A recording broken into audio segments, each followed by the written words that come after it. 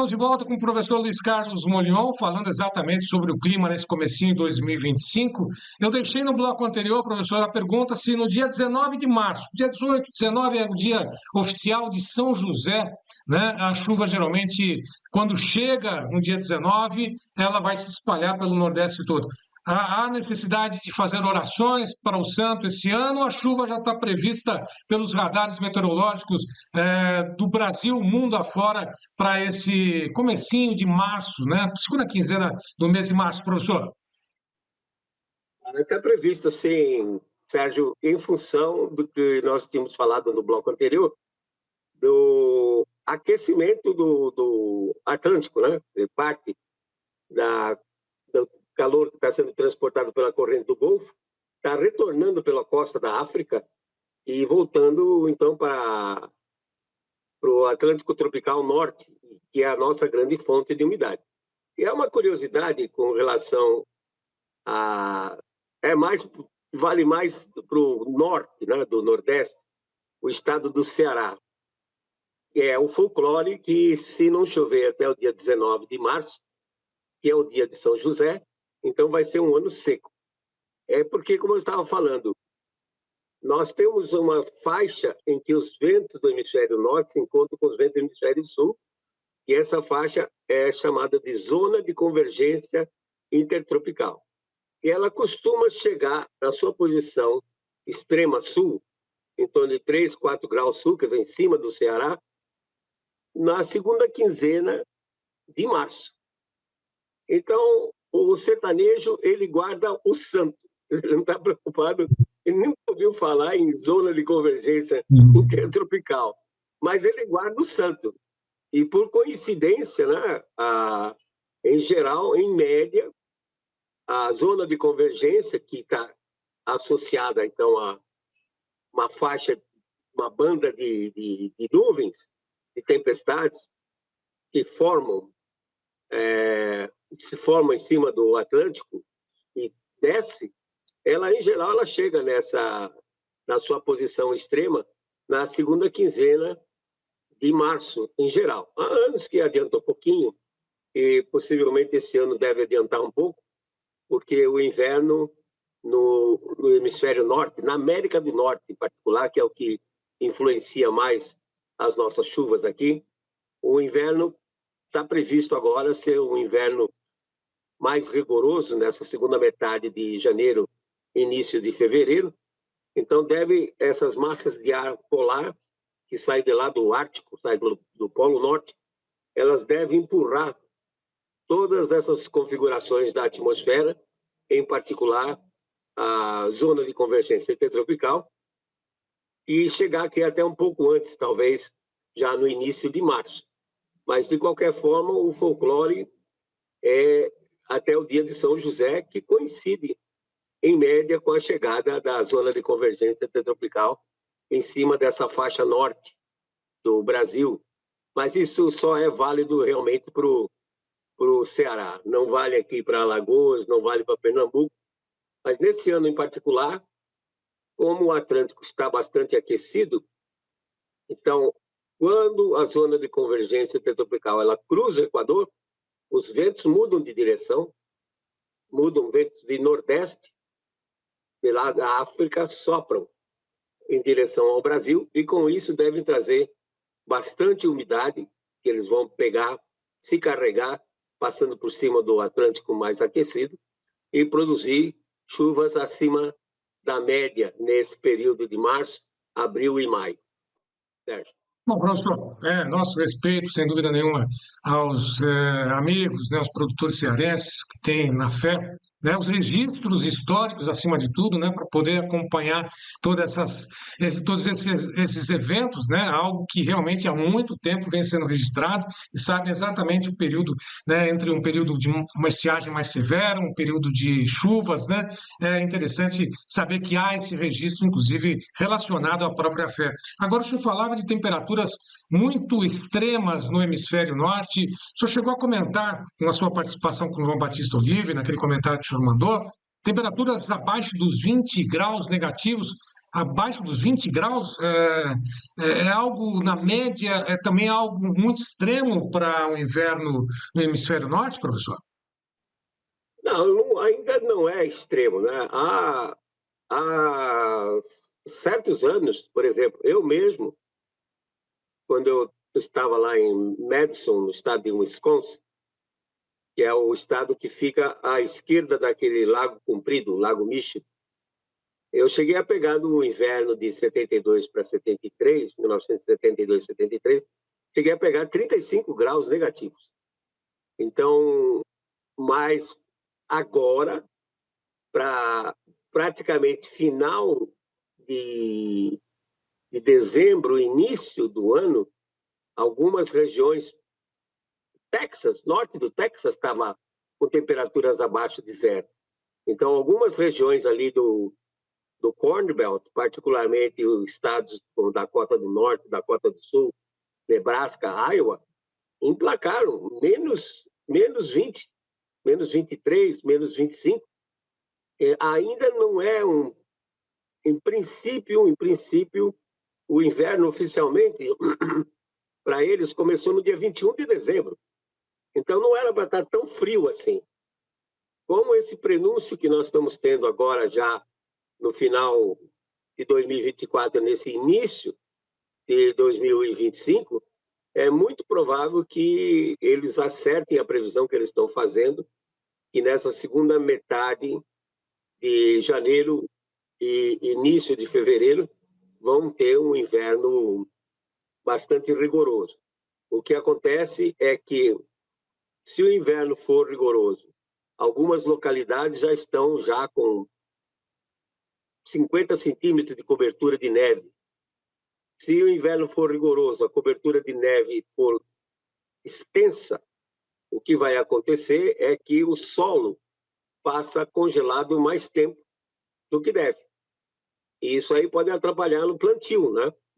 Eventualmente, se passar 2 semanas a mais o solo congelado, coberto de neve e congelado, eles vão ter que esperar primeiro que a neve derreta, o solo deve descongelar, porque senão não tem como plantar. E é muito provável que a janela de plantio deles lá no Corn Belt é 31 de maio. Então, havendo um atraso, vão atrasar o plantio. Lembrar que, embora a safra americana tenha tido êxito razoável, eu diria, porque o Departamento de Agricultura tinha anunciado em agosto que ia colher 125 milhões de toneladas de soja, mas me parece que não chegou a 120, revisaram para 121, mas os números finais a gente só vai saber no final deste mês de janeiro ou no início de fevereiro. Então, no ano passado, eles plantaram praticamente 1/4 da área de soja depois do dia 2 de junho. E isso é crítico porque, eventualmente, fica sujeito a geadas e até nevascas que venham a ocorrer prematuramente ainda com a soja e o milho ainda em campo, né? E tendo um verão mais frio também, no caso deles, o que acontece é que a planta tende a aumentar o ciclo. Então, uma soja de 110 dias pode virar uma soja de 120 dias, um milho de 120 pode virar um milho de 140, e à medida que a planta estica esse ciclo dela para atingir a maturação, fica sujeito a eventos como esse, geadas e nevascas precoces, né?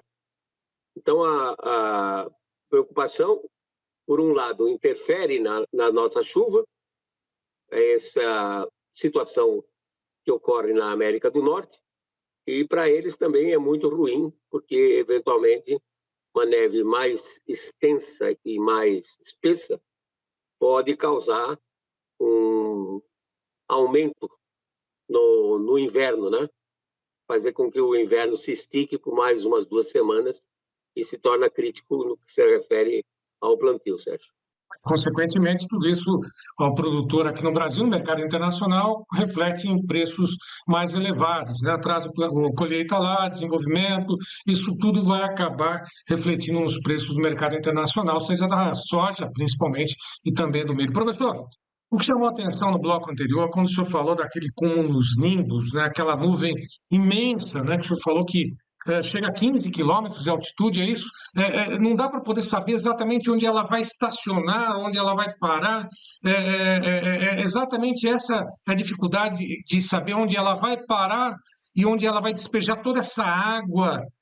Não dá para saber exatamente, por enquanto, onde isso deve acontecer. Quando acontecer, infelizmente, vai ser um volume muito alto de precipitação. É isso, professor?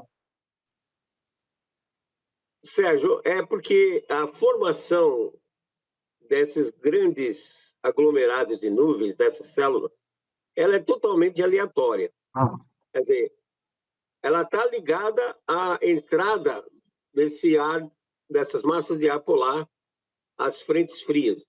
A gente fala sempre frente fria, porque a frente fria é a interface entre o ar polar frio e seco, que é mais pesado, adere à superfície, e o ar tropical quente e úmido, que é mais leve.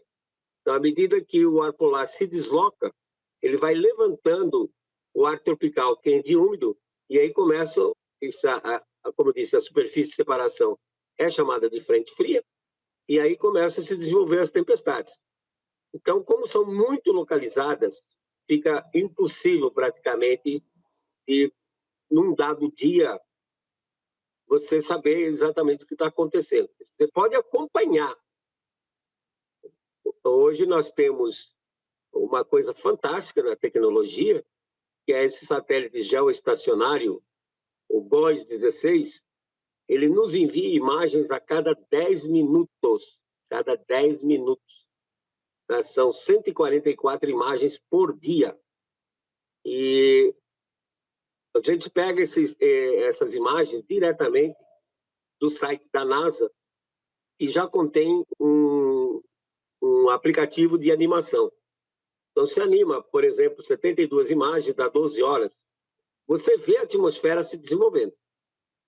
Mas aí o pessoal teria que estar preparado, né? Como eu disse. Nós chamamos isso de nowcasting, previsão do agora. Não tem como saber, não tem como prever onde que essas tempestades vão se formar. Tem como monitorar a formação delas. Mas aí eu não tenho o que fazer, né? Quer dizer, se desenvolve em cima de uma propriedade, uma nuvem dessa, ela pode causar estragos, danos materiais, principalmente, né? Mas, como eu disse, a previsão seria mais para, eventualmente, nós evitarmos perdas de vida, porque bens materiais não tem como se livrar disso, né? São tempestades muito, muito severas, mas o satélite mostra isso.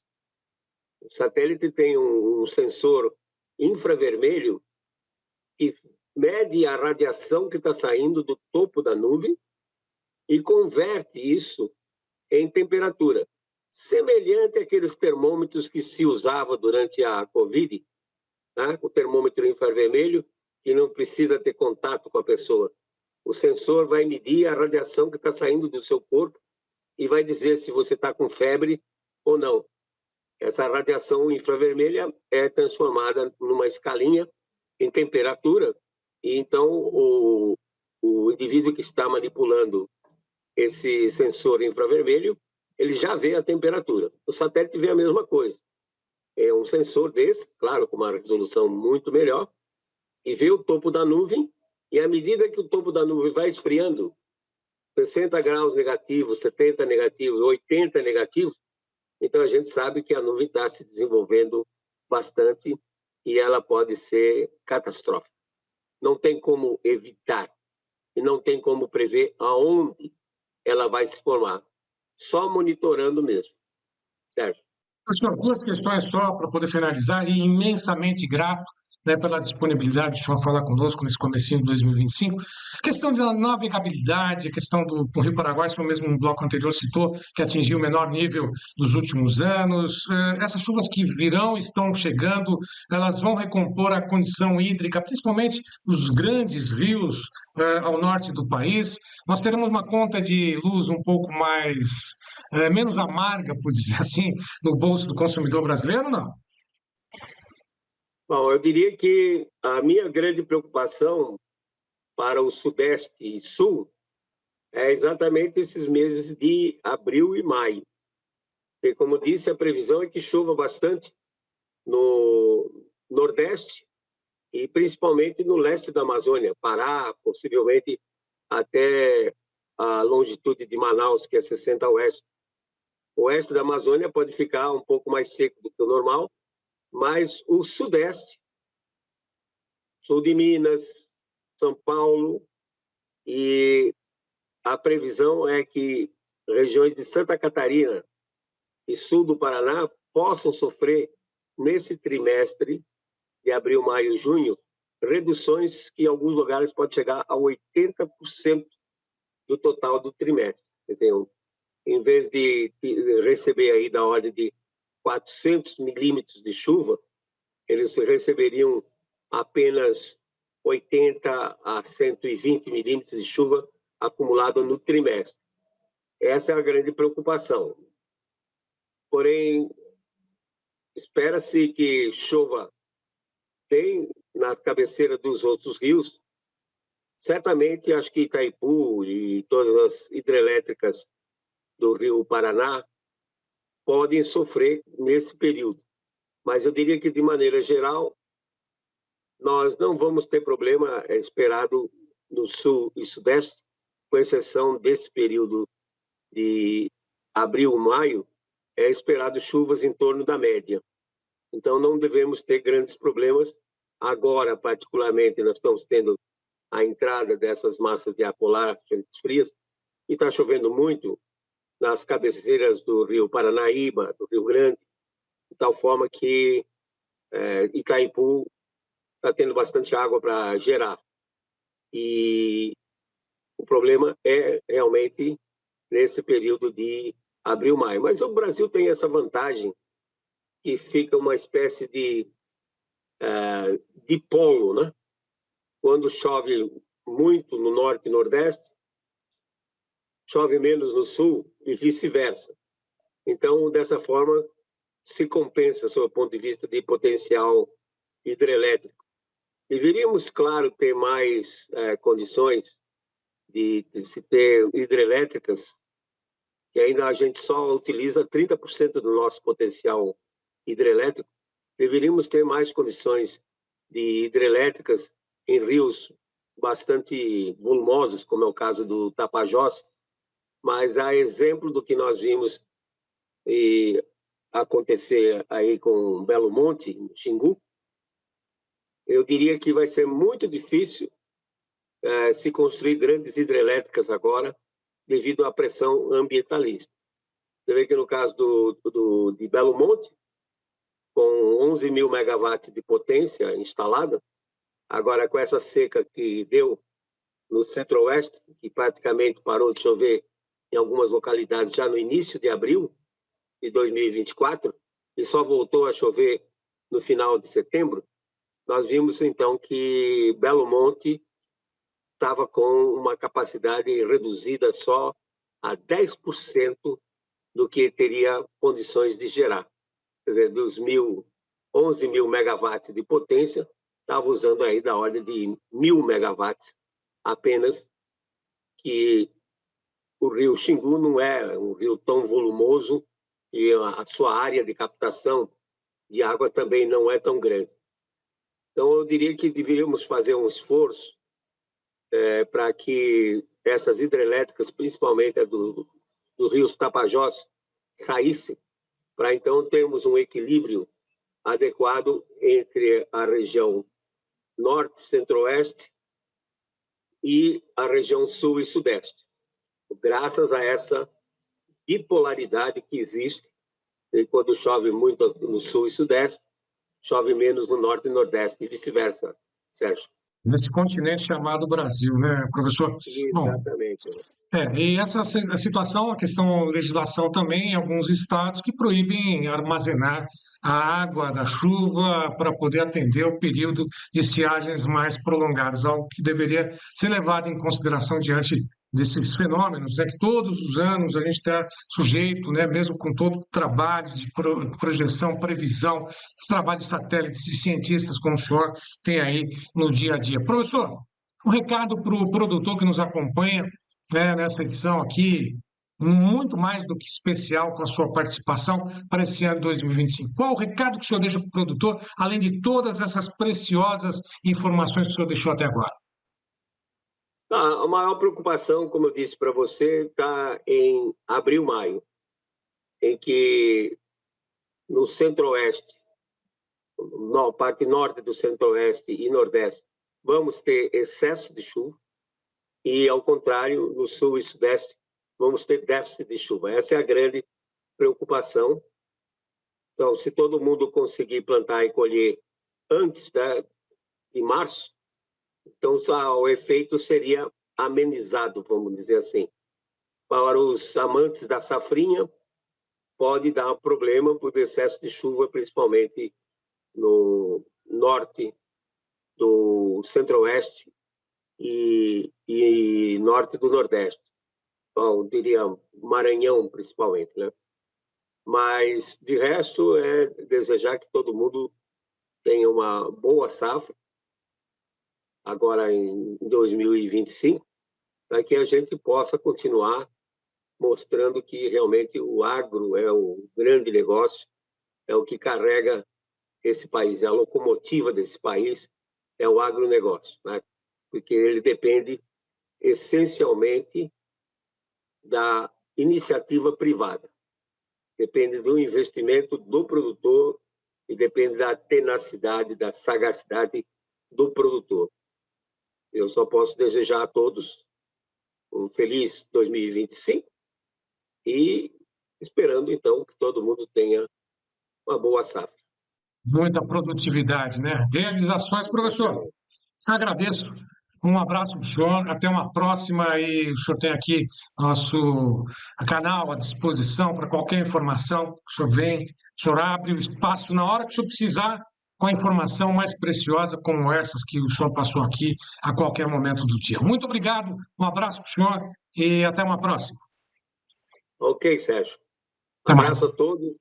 Mais uma vez, feliz ano novo. Igualmente.